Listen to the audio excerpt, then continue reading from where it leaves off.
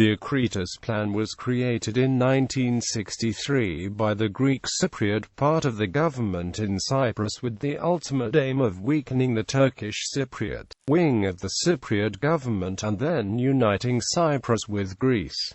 The desired union of Greek Cypriots with Greece was referred to as Enosis. Background to the plan. In 1878, as a result of the Cyprus Convention, the United Kingdom received as a protectorate the island of Cyprus from the Ottoman Empire in exchange for United Kingdom's military support to the Ottoman Empire if Russia would attempt to take possession of territories of the Ottomans in Asia. Britain then administered Cyprus until 1960.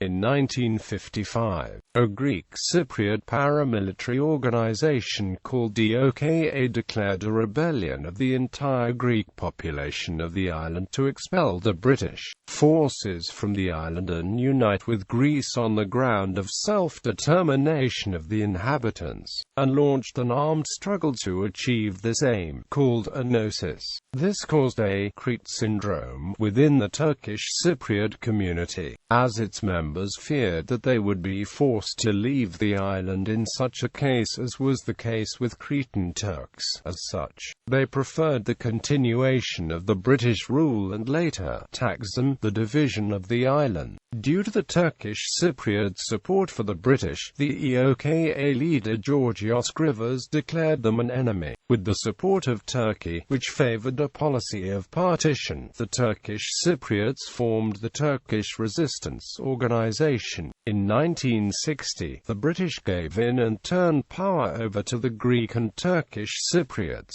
A power-sharing constitution was created for the new Republic of Cyprus, which included both Turkish and Greek Cypriots holding power in government. 3 treaties were written up to guarantee the integrity and security of the new republic: the Treaty of Establishment, the Treaty of Guarantee, and the Treaty of Alliance. According to Constitution, Cyprus was to become an independent republic with a Greek Cypriot president and a Turkish Cypriot vice president, with full power sharing between Turkish and Greek Cypriots.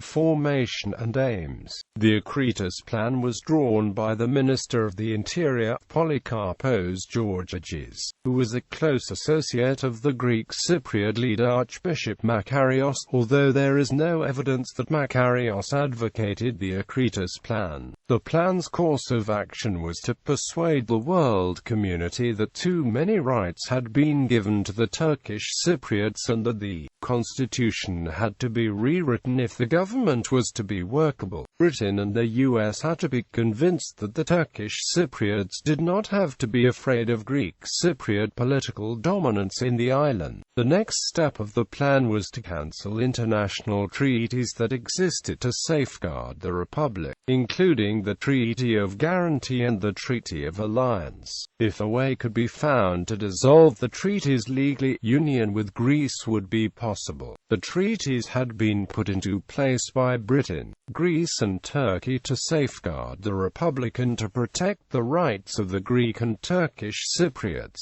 The plan stated that if the Turkish Cypriots objected the changes and attempted to block them by force, they should be violently subjugated before foreign powers could intervene. The ultimate aim was to change the constitution unilaterally. In November 1963, Greek Cypriot leader Makarios made a 13-point proposal to make the constitution more workable, which were rejected by the Turkish Cypriot leadership on 16 December 1963. It said that the proposed amendments would undermine the constitution and weaken the Turkish Cypriot wing of the government. These proposals were allegedly a part of the plan. Between 21 and the 22nd of December 1963, up to 133 Turkish Cypriots were killed by Greek Cypriots in what became known by Turkish Cypriots as Bloody Christmas.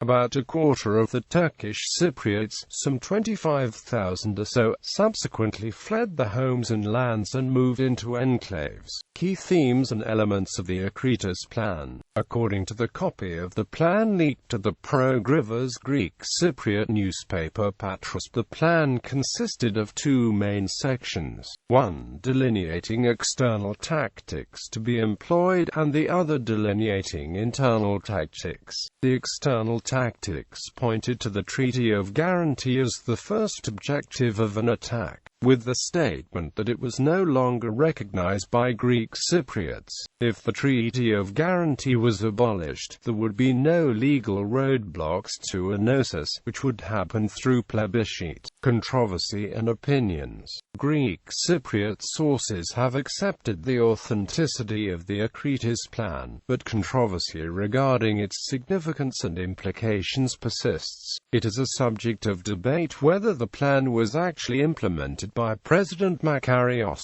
Frank Hofmeister wrote that the similarity of the military and political actions foreseen in the plan and undertaken in reality were striking. According to Paul Sandcassia, the plan purported to project a plan at ethnic cleansing, which was in parallel to the Turkish Cypriot perception that the events of 1963–64 were part of a policy of extermination. Turkish Cypriot nationalistic narratives have presented the plan as a blueprint for genocide, and it is widely perceived as a plan for extermination in the Turkish Cypriot community. Turkish Ministry of Foreign Affairs calls the plan a conspiracy to dissolve the Republic of Cyprus in predetermined stages and methods, and to bring about the union of Cyprus with Greece. According to scholar Niyazi Kizili-Yuruk, however, the meaning later given to this plan was disproportionate, and the plan was a stupid and impractical plan that got more attention than it deserved, due to propaganda. He claimed that, in accordance to the plan, ELDYK troops should have taken action, which was not the case and led to Georgiades shouting "traitors" in front of the camp, calling the plan infamous.